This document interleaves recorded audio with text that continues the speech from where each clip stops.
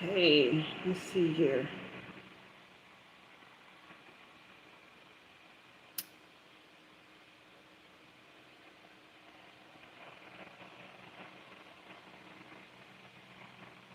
All right.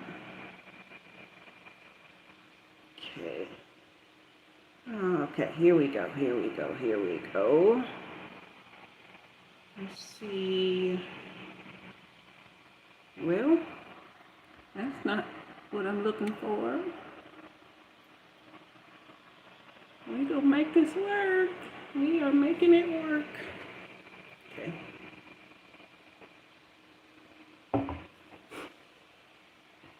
Let's go right here. All right. Excited about today. Excited. I have really been wanting to get to this topic because we have been seeing a lot of things. There seems to be debate around what's appropriate at what age. And I am not actually here to debate. I am just here to present information, and people can take it for what it is or what they want it to be or however. But the back and forth for me is not a necessary thing because I have studied it. I have lived it on both ends, right? Where I was the younger and there was an older, and where I was the older and there was a younger. And I have experienced it from several pedo situations when I was a child. So, yeah, I'm not here to debate it. I know things from experience, but also through study and learning, okay? And from anecdotal evidence from other people as well. All right, let me put this phone on silent. All right, so I am not sure who's going to come. I don't see who all's in the comments. Oh, that's hey, I did not see you. Let me get where I can make sure I'm seeing all my messages here. All right. I think that should handle it. But hello, Divine Loves. How are you today, dear sweetheart? So we are discussing today the soul science of age gap relationships. We're just doing a deep dive into the mentality and the metaphysics of it in some ways as well. Okay, so hit that like button on your way in and just sit back. I hope you brought your notebooks so you can take notes. As well as I hope you brought your lunch. My lunch for right now is water because I am dehydrated and I need to hydrate. Okay, hit that thumbs up on your way in. We are discussing age gap relationships. We're doing a deep dive into love and mentality. Okay, and so sometimes two people connect and it just feels deep, familiar, even timeless. But love lives in the real world too, where growth and awareness matter. Growth and awareness matter. So today we're going to be talking about age gap relationships, not from a place of judgment, okay, but from understanding the mind, soul, and energy of it, okay? So again, I've lived it, I've seen it, I've studied it, and I understand it on a level that when it's appropriate, I don't judge, okay? When it's inappropriate, we all should, okay? All right. So in order to really come to this from the aspect of the mind, body, and soul, let's start with some basics. Let's start with mental development, okay? Consent, what a healthy relationship looks like at any age, right? So we're going to talk about consent and cognitive development. And as you guys know, take your notes, right? Hit that thumbs up on your way in. But as you guys know, we do define terms here. We don't go by what we think or what we think we know. We define terms. So let's start with consent, okay? Consent is freely given agreement with understanding of emotional, physical, and mental consequences, okay? This is from the World Health Organization in 2018, when they decided to give a clear definition of consent. And that is, again, freely given agreement with understanding of emotional, physical, and mental consequences. Okay? So a person has to be able to agree freely, first of all, and they have to be able to understand the emotional, physical, and mental consequences of what they're doing, right? So that means that does not come with coercion. It does not come with manipulation. It does not come with physical incapacitation, such as someone being inebriated and things like that. And so we definitely need to make sure we're understanding that first and foremost before we enter into any type of relationship or connection with someone, whether it be purely sexual or otherwise, okay? Now, understanding the emotional, physical, and mental consequences, right? That involves the brain development, cognitive function, okay? So regardless of what people may think, just because a person acts in a certain way, they may act more mature than their age, they may look more mature than their age. The brain is not fully functioning in the decision-making process or the prefrontal cortex, right? With the prefrontal cortex determines decision-making, impulse control, and long-term thinking. And that does not typically fully develop until around the age of 25. Now, most of us know this, but I'm going to make sure that I iterate it very clearly, all right? So the prefrontal cortex, which involves decision-making, impulse control, and long-term thinking, does not fully develop until the age of 25 for most people. Some people, it may take longer. It could take up to about 27 years old. Okay? So that's if they have a normal functioning brain. That's if they don't have any cognitive developmental challenges. Okay? And so we all know what that looks like, right? These are people who have cleared, like, you know, they may be autistic, they may they may have Down syndrome, they may have what's another one? Cerebral palsy, they may have some sort of just very visible delayed mental function. Okay, these people, now I know I put this on silent. I know I did, maybe I didn't. But these people literally do not have the capacity to consent fully. Okay, so no matter again what their body form looks like, what they agree to, if you are a person who is fully mentally developed, right, you are not on their level cognitively. You are higher cognitively. You function higher cognitively, then you are not entering into a consensual relationship with them. No matter how you slice it, how you cut it. It's just physically impossible.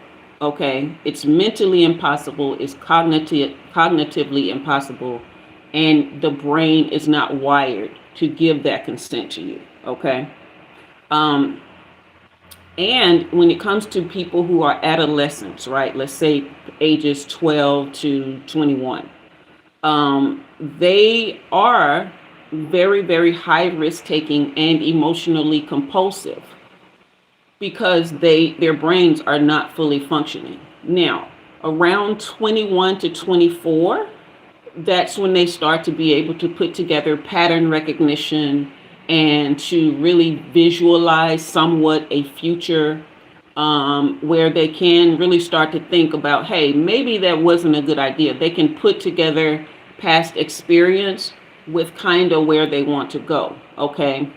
But when it comes to emotional impulsivity when it comes to controlling emotions, period, that is something that has to be developed at every stage of life. Okay. This is not something that most people can just say, oh, I know how to control my emotions. That definitely comes with concerted effort. Okay. Hey, Danielle. Hey, Nexus. Okay. So we really want to think about the fact that if we are entering into relationships with people who are not as developed as we are, right? How is that healthy for them? If you are not considering their development, if you're not considering their emotional stability going forward, if you are not considering the fact that they lack the understanding of the risk it takes to enter into these relationships, right? Then you are purely being selfish. And a lot of people are okay with being selfish, right? As long as they're getting what they want, they really don't care about the impact on other people. However, let's define healthy versus unhealthy dynamics in a deeper way, okay? So a healthy dynamic would be both partners understand what they're getting into. They can communicate their needs clearly and can step back if uncomfortable. So they can say no if they feel uncomfortable, right? And the other person is okay with that. They're not acting like they're okay with it. They're not trying to think of other ways to manipulate the situation to make the person feel comfortable, okay? They are very, very grateful that the person is able to communicate their needs and their desire to go forward or to step back clearly, right? And they know that the person that they're engaging with has the capacity to go into this understanding who they are and what they want for that connection, okay? An unhealthy connection, right, is power imbalance. One person making decisions for the other, or an influence, using influence to control the situation or the person, right?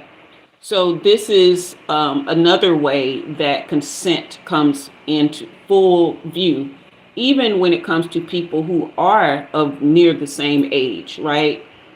This is why you see so many people who get themselves in trouble on the job if they're a boss or something like that.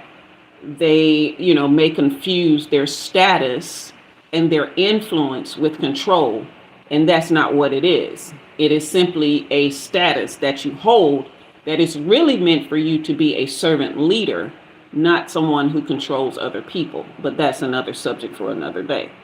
Okay, so the bottom line is, if it's not balanced, it's not connection, it's control.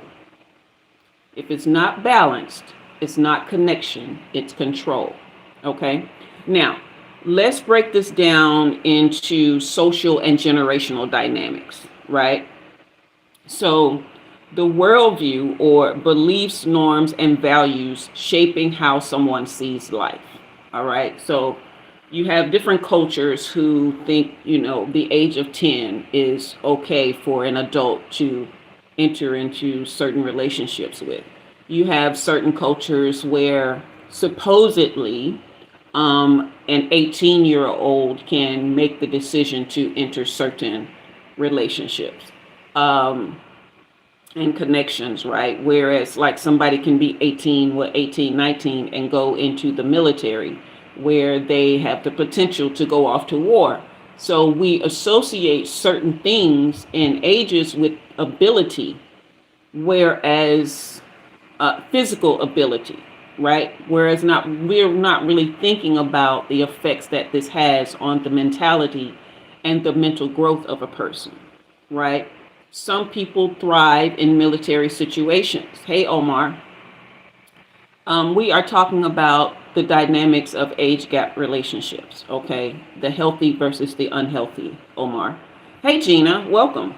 So we have different cultural ideas, different social ideas, okay? But in age gaps, there are different life experiences, communication styles, and expectations. Okay. Different life experiences, communication styles, and expectation. Okay. Now, research shows that larger gaps bring diverse perspectives but can misalign priorities. Okay. Hey, Laokan, welcome back. So let me repeat that. You guys I hope you're taking notes, but you can also go back and rewatch this, okay? I'm glad you're interested, Omar. Good. So, larger age gaps, right, bring diverse perspectives, but can misalign priorities, career, finances, and social habits.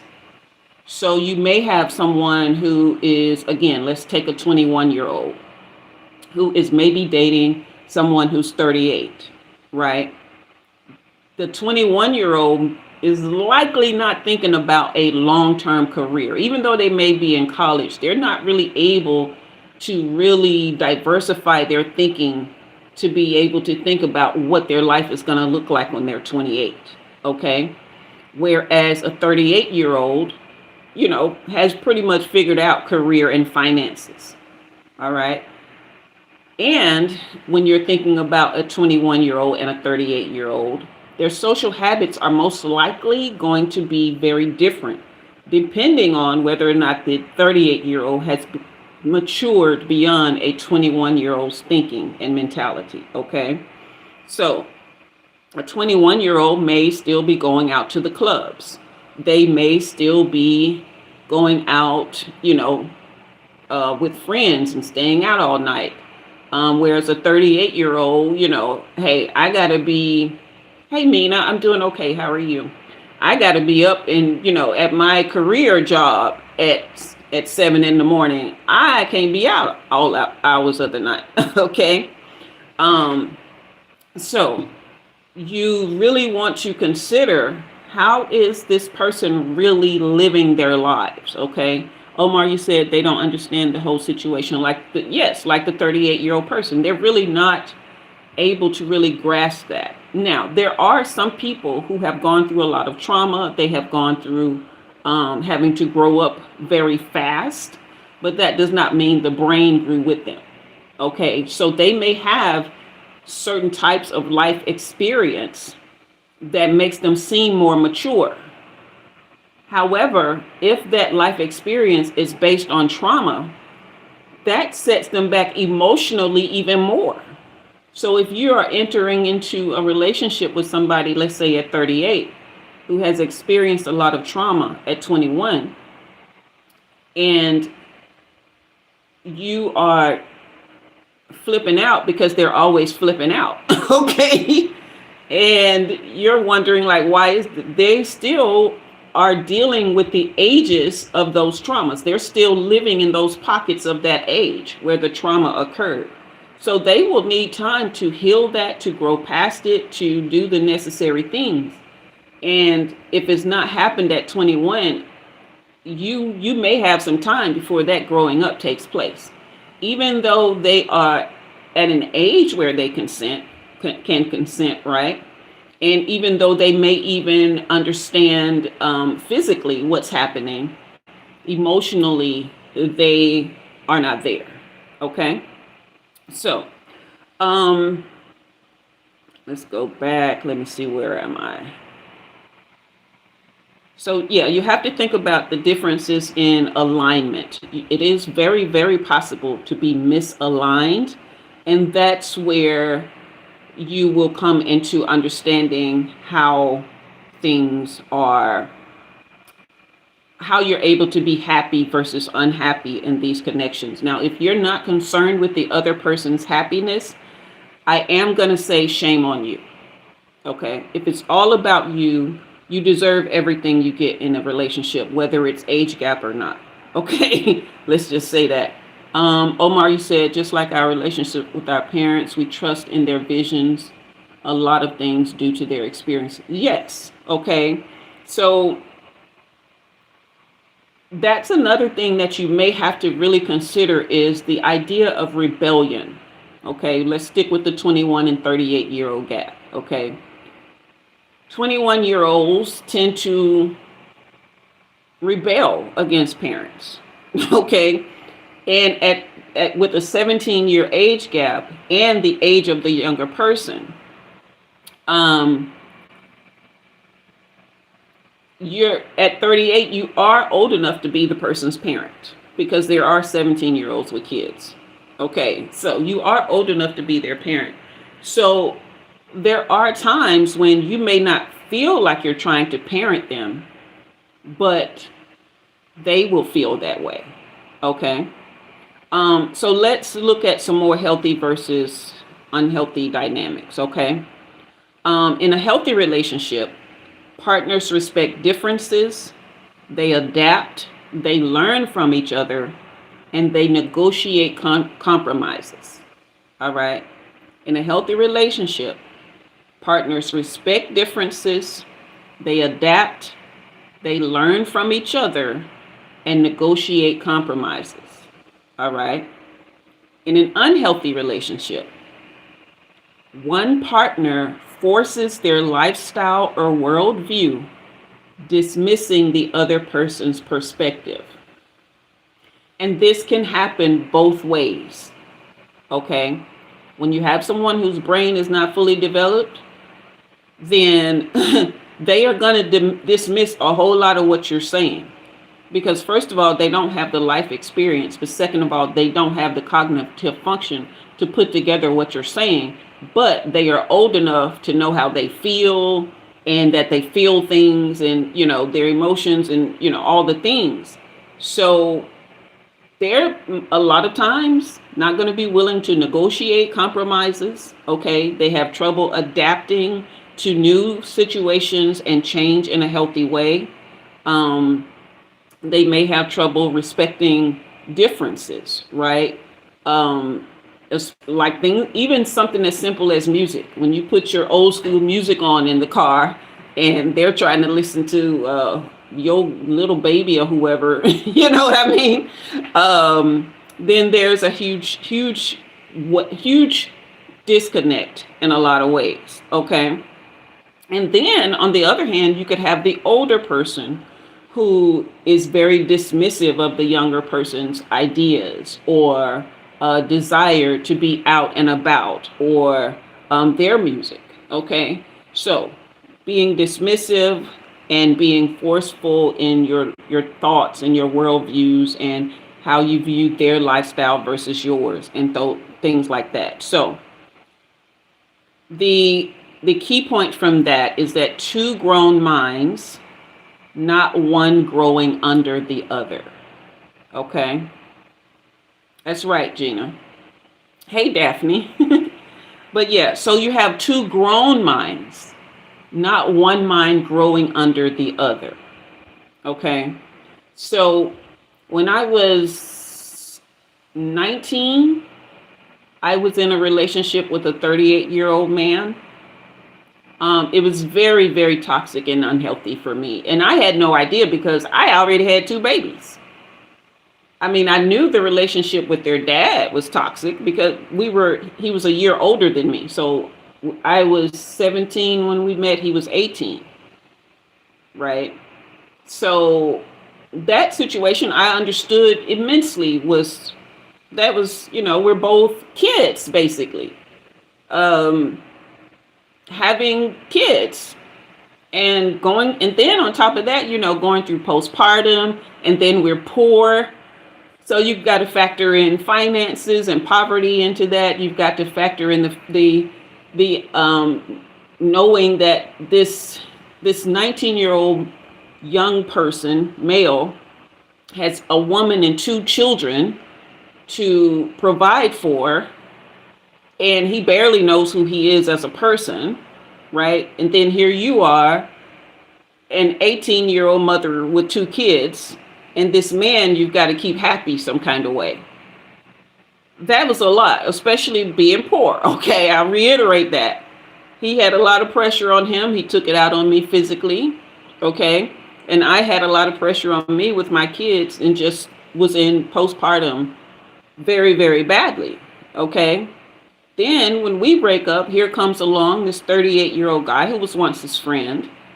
And he comes in and, at this point, yeah, that's a lot for 17 and 18-year-olds, Omar. It really is. And so this 38-year-old comes in who was once my ex's friend. They had worked together. I knew that a lot of them were eyeing me and wanted me, and I would tell him about it, and they would talk him out of believing me, because they would come to the door while he was at work. Like, the supervisors could go out and about as much as they want, and they would literally come knock on the door and try to spend time with me while he was at work. And I would tell them, well, let me ask him if it's okay for you to come by while he's not here. And then if he says it's okay, I wouldn't even open the door. I would just talk to them through the door, because I know what's going on. I had by this time lived enough life, even as an 18-year-old, to know when somebody's trying to push up on me, right? And be sneaky behind his back. So a lot of them would come to the door and I would be like, no, let me ask him. And then when I would tell him about it when he got home, he would get angry. And he would go to the job the next day and he would confront them, but not really, okay?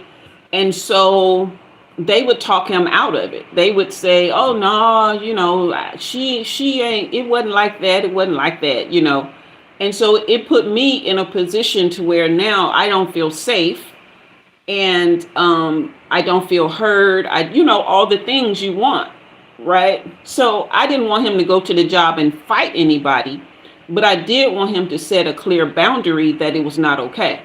So when he didn't do that, apparently when he and I broke up, one of his friends who was 38 moved in and started talking in my little 19-year-old depressed ear. And we ended up in a very full-blown 4-year toxic, very, very, very disheartening relationship.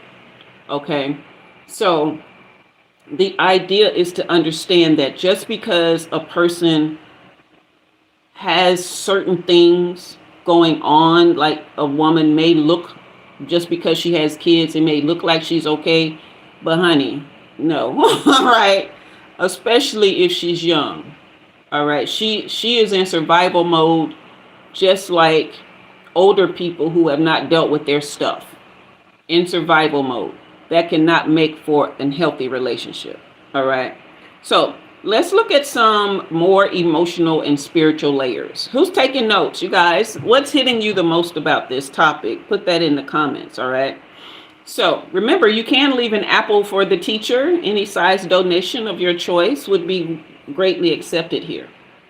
All right. So let's look at some emotional and spiritual layers. All right. So, I looked up a little bit of research. All right. So emotional resonance and attachment theory. This is by Bowlby in 1969. Explain why people bond strongly with complementary emotional patterns. Okay. So timing matters. Emotional chemistry does not equal readiness is really the main crux of what I got from this. All right. Timing matters.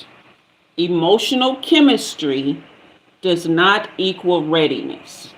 Just like when I was telling you about, hey, Anna, me being 17 and my children's dad being 18, just because we were emotionally ready, meaning we really, really was into each other. We had chemistry. We laughed a lot. We bonded over all kinds of things.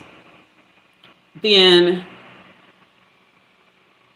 it didn't mean that we were ready for a grown-up relationship and a grown-up life, i.e. kids and a household and all that kind of stuff. So emotional chemistry does not mean readiness. So just because, okay, I'm going to check your comments in just a second. Let me wrap up this point, okay? So just because a person you may feel that there's a bond there, right? And they're emotionally ready, their lives do not fit whatever kind of picture you would have with them, if you're really, really paying attention, you can determine whether their lives really, really fit with that. Whether their brain chemistry lives with it, whether or not their trauma has been addressed, all of these kinds of things. Okay. So Omar, you says, may you ask about the book you mentioned from I Really Need That is heart touching.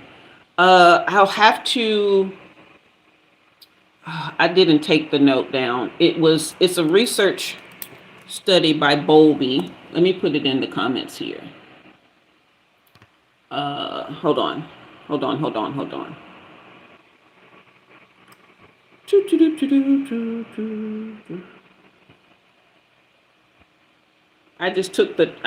was on a roll, you guys, and I just took the notes. 1969 research study. So that's what you want to look up. Research study on emotional readiness in relationships. Okay. All right. So I can't do all the work for you. Some of it y'all got to look up for yourselves. Okay. Let me go back to my note here. Okay. Anna, you said, hold on.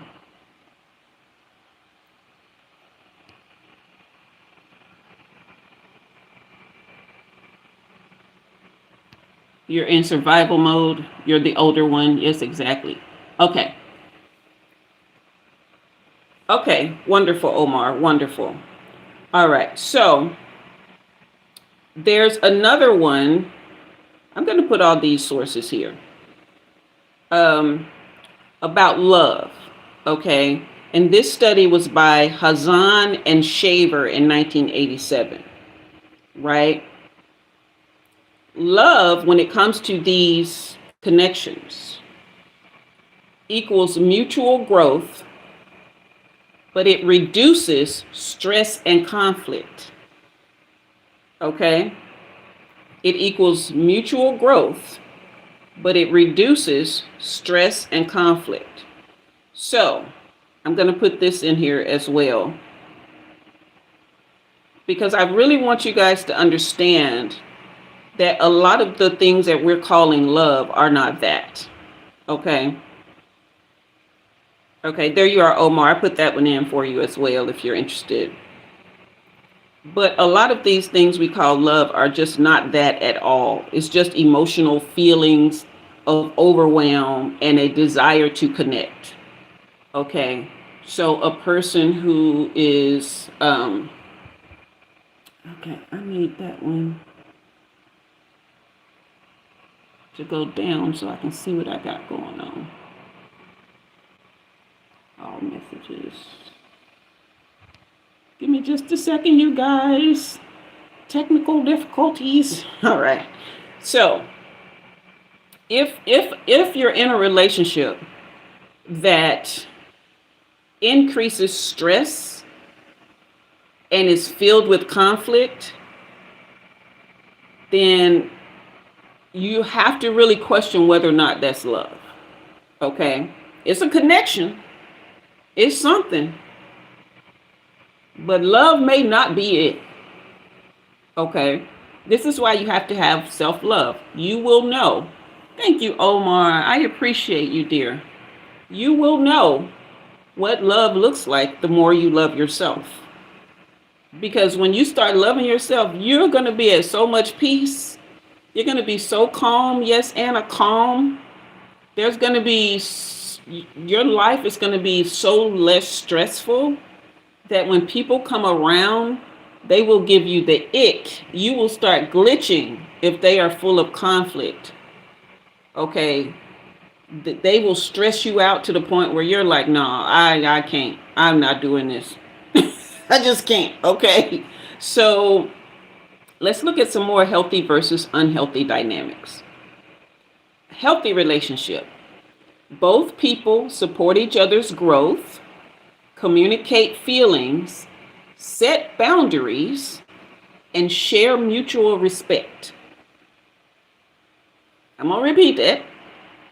In a healthy dynamic, both people support each other's growth.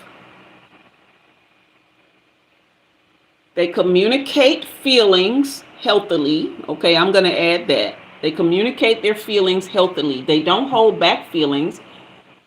They're not stonewalling each other. They're not given the silent treatment. They may take a little quiet time to process their feelings, but they will talk about them, or they will let the other person know, hey, I was tripping. It wasn't that deep. We don't even have to talk about it. And they mean it. They're not saying it just to sweep stuff under the rug. They went and processed. It wasn't all that. They were just in their feelings, or they misunderstood something. You know what I mean? So there. They also set boundaries, right? They know what is not healthy for them mentally, not healthy for them physically, financially, emotionally. And they will say, hey, no, I'm not into this. I do not want this. I do not allow this in my circle. Okay. No burying sadness, Omar, at all. Okay. That really turns on yourself, and you really start to hate yourself the more you bury your feelings. You really do. So you can't really love out loud when you hate within. Okay. All right. So they set those healthy boundaries, and they share a mutual respect with someone. So I want you to think about the mutual respect part along with supporting each other's growth, right? I know in a lot of cultures, the woman, like the man may have a dream. He might have a restaurant, or he might have, a lawn care business or whatever. And the wife, a lot of times, or the woman in the relationship, or the feminine in the relationship, is automatically assumed that she should want to support that business when she may have dreams of her own.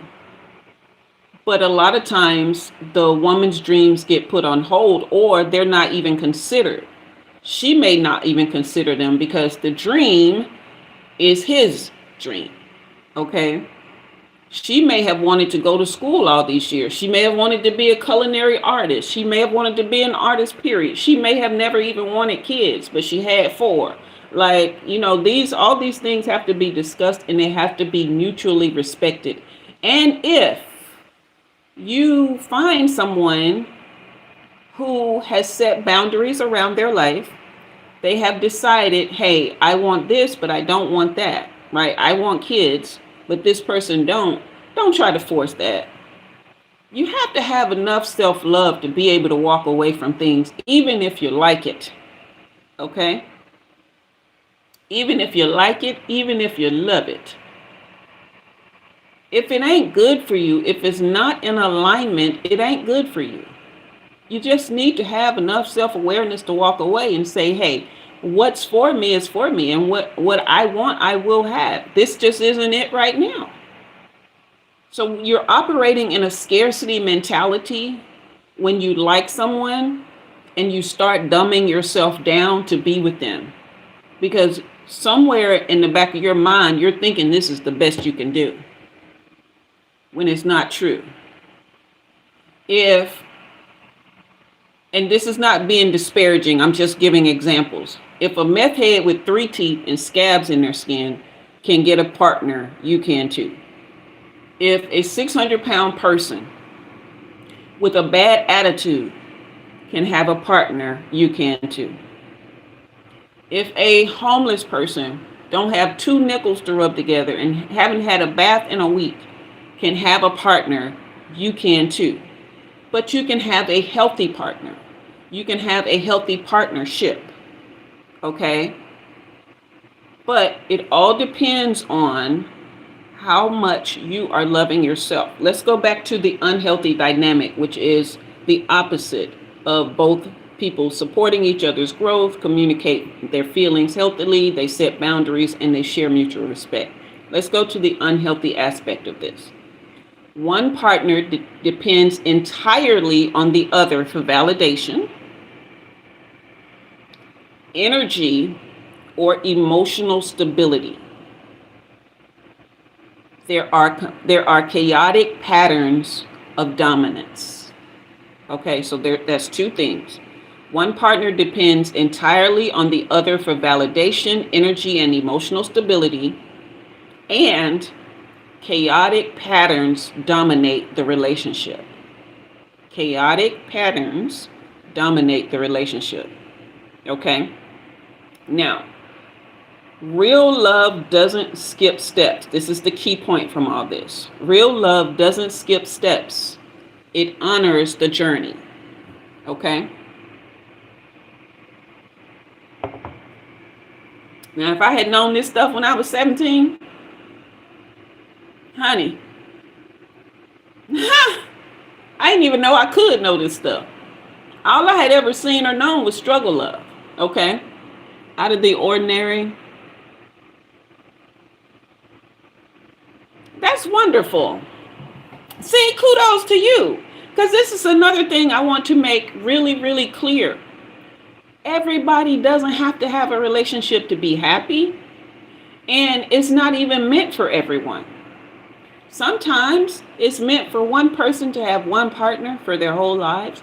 Sometimes it's meant for people to grow through stages of life and they get a partner that matches that stage. So who you were at 20, you won't be at 40, which is why a lot of people get a divorce around 40 because they met their partner when they were 20. They're now two totally different people, which is why you need to be growing within self throughout your lifetime.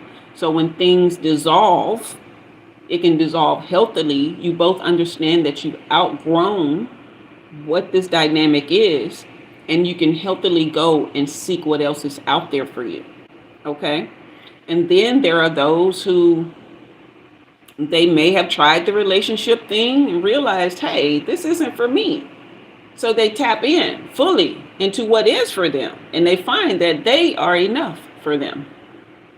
Okay? So yeah. Now, another thing I wanted to talk about when it comes to age gap relationships, right, is the pedo situation.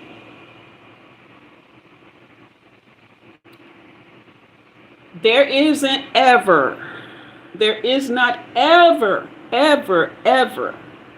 a situation where it's okay for an adult to ogle, meaning woo, right?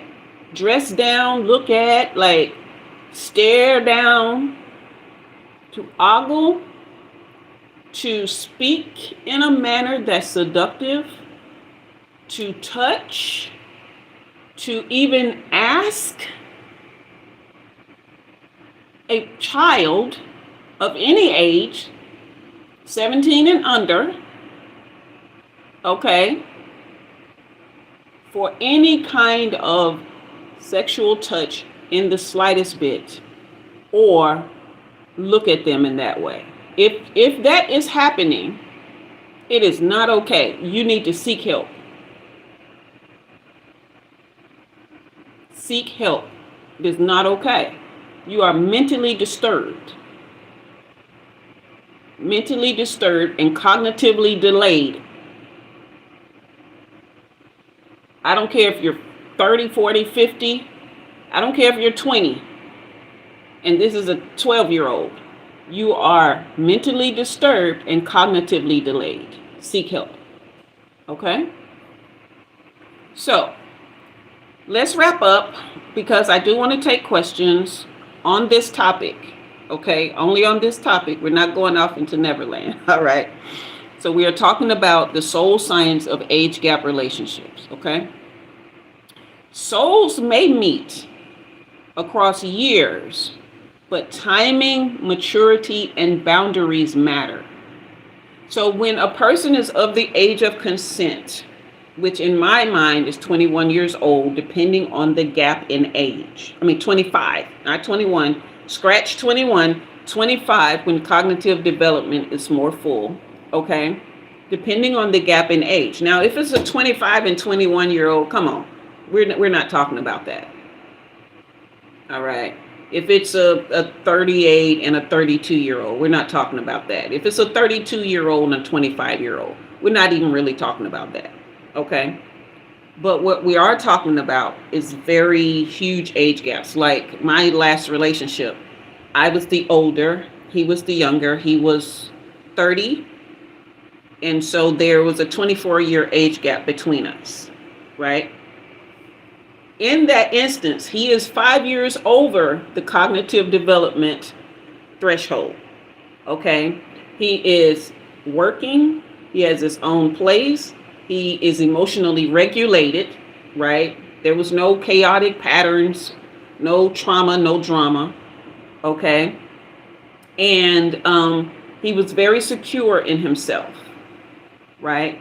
He knew how to date, he knew how to plan dates, and he was very, very aware in the bedroom, right? He knew that take care of her and I'm gonna be all right. Okay. So there are things that you really have to pay attention to, right?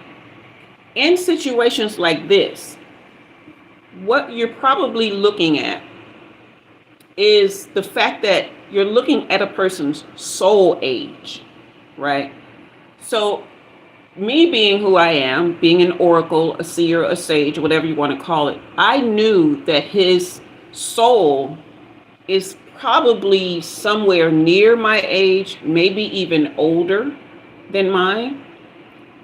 Is he as awakened as I am? No, he wasn't as awakened at all. Through our connection, he started to wake up a little more, but he's a little resistant to it. So he may not wake up anymore in this lifetime, but his soul is very old. Okay, which is why we were able to have a decent dynamic for as long as we did. However, even though he was emotionally regulated, he was emotionally closed off.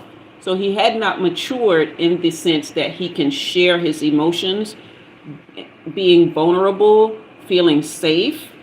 And so I actually need people to talk to me about how you're feeling. I don't want to have to guess, and I don't want, all that kind of stuff. So that can be very taxing on someone who is emotionally aware and expressive. Okay. So we're thinking about souls meet across years, right? So you're thinking about the soul age of a person, which is why some people do come in contact with huge age gaps and they work. Okay. They work out very well. There are some age gap relationships that are thriving these days. And it's becoming even more prominent now for older women to be with younger men now, whereas that was so much more frowned upon, and it still is in a certain sense, but nobody cares. Like the older women don't care, the younger men don't care. So but we are talking about timing, maturity, and boundaries, and that they matter. So healthy love equals it respects time, it respects experience, it respects personal growth, and there is mental readiness. Mental readiness. Okay. So if it brings peace, growth, and clarity, it's probably real. If those cognitive wheels are in place. Okay. If it brings peace, growth, and clarity, it's probably real. Okay. So, what do y'all think? Can age gap relationships work when both are self-aware? Okay. So, can age gaps relationships work if both are self-aware? I want to know you guys' thoughts, and I will take questions at this time. All right. So,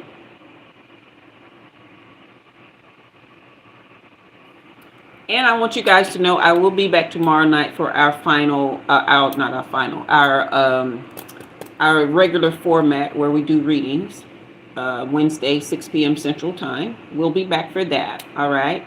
And you can book personal readings. The link for that is in the description box below. Let me make sure I'm getting all my messages here so that if you guys have questions, you want to ask them now. If you have any comments, let's roll. I got 10 more minutes or 9.5 more minutes here. And consider leaving an apple for the teacher. I will take a donation of any amount. Okay.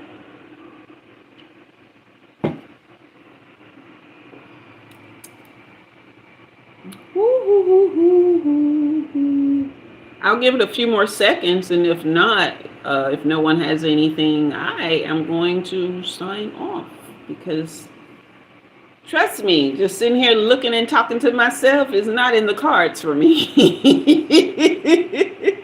But I really enjoyed today's lesson. Again, I hope you guys took notes. Hit that like button if you forgot to hit it on the way in, and subscribe if you haven't already. Okay. And I will be here for school lunch on Tuesdays through the end of this year, 2025. The last school lunch will be, I think, Tuesday, December 30th. Okay. That is, Divine Loves is asking, where do I think the double standard of age gap relationships come from? That is just a symptom of patriarchy. That is just, for one thing, patriarchy was created for the males who are not thriving in society to be able to get things that they didn't earn, because those in more higher status needed to be able to control them so that they would be earners. They would be worker bees, soldiers, construction workers, so that they could get them to build the economy. And so the best they felt, now this is not me saying this is where it comes from. They felt that the way to get them to do this was to use their nature against them, and that is their need for sex, their need to be validated by females, and money.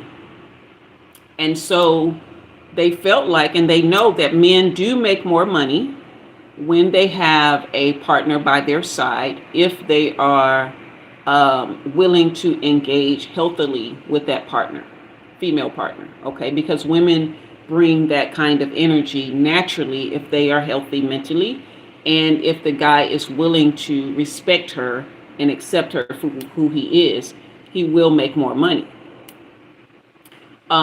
Which means he will work more. Okay, he will work more to keep this woman happy, and he will get access to sex supposedly daily because he has a woman in the home with him. Okay, and he will get respect and validation from the children that they create together. Now, when a woman steps outside of the dynamic that was set in place to be his helpmeet, then she is seen as a problem. Okay. Also, when a woman does not fit particular stereotypical religious roles, she is seen as a problem.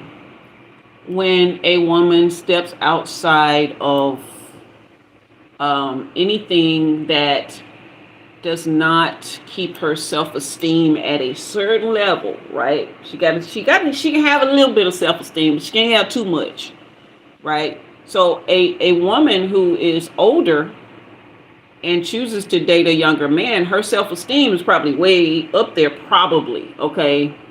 Maybe she's looking for validation, but it's not any different from the men who are way older who may be looking for validation from younger people.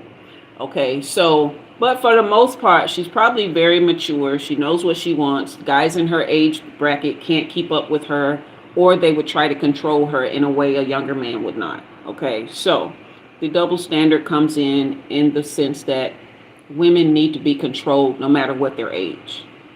And they need to be controlled so that men will have access to them without earning it. Okay. And so that's how the system was set up. Patriarchy hurts men just as much as it hurts women, because men are meant to use their physicality and the mentality that comes with testosterone. They are meant to use that to thrive in the world, to build, to grow wealth, to create, and to build structures. Then they invite a woman in who will help them grow whatever it is they've already built, to give them a sense of something to grow with, to grow for. You know what I mean? To apply purpose to the vision that he has. Okay, and a lot of men have been conditioned to think that they deserve all those things without actually building themselves up first. Okay, and a lot of women have been conditioned to think that they have to have a man to have any kind of self-esteem. Okay, any kind of esteem, period, to be esteemed by others and to be esteemed by themselves. So that's where that's where all double standards come from. It's a root of patriarchy, and patriarchy is rooted in religion. But that is another story for another day. I don't discuss religion in public or private. I don't discuss that or politics. Okay, so that was kind of political, but it is just a fact dynamic that we live in. All right, did I over explain it, or was that okay? Was that okay? All right, you guys, we have about 4 more minutes. Thank you. Thank you. Okay. We have about 4 more minutes. I need to teach myself not to be clicking this pen, because sometimes I'll go back and watch these so I can go through the comments to make sure that I didn't miss anyone, or if there's something that I needed to see that I didn't see while I was doing whatever. And I'll be hearing this pen click, and I'm like, oh, I shouldn't have been doing that, because some people have a sensitivity to certain things. And so now I've got to remember to train myself not to be clicking my pen during school lunch. So I caught it. It was at the end, but I caught it. Okay. All right, you guys, we have about 3 minutes left. If you still have any questions, comments, concerns, thoughts. All right. Because I do give it an hour, but I'm not going to give it an hour if it doesn't warrant it. Okay. All right. I really enjoyed this session. And if you took notes or you want to come back and watch, because I was talking really fast because there was a lot to get in less than an hour, and to be able to, okay, wonderful, divine loves, wonderful. And to be able to leave time for questions if there are any. Okay. So I know I was talking fast, but you can go back and rewatch. Hey, Lauren. But you can go back and rewatch this and take whatever notes are needed.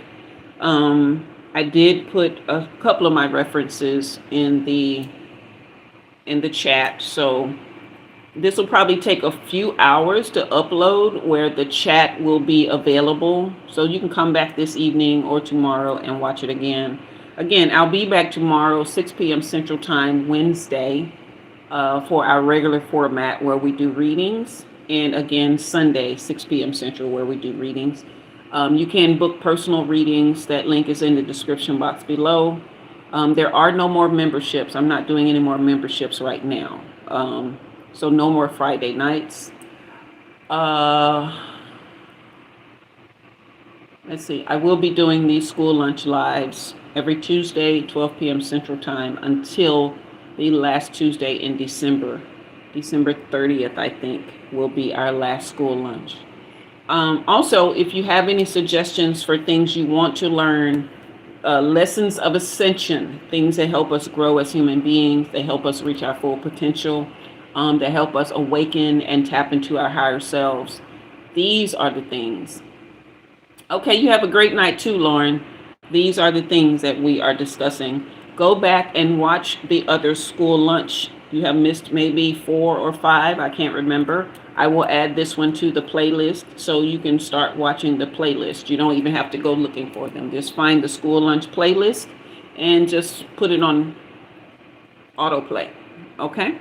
All right. So it looks like that's everything. Nobody has any more questions. Thank you to you all who, Omar and Divine Loves, who left an apple for the teacher. Thank you for donating, because these things do take my time and energy, but I mean, I want to be here.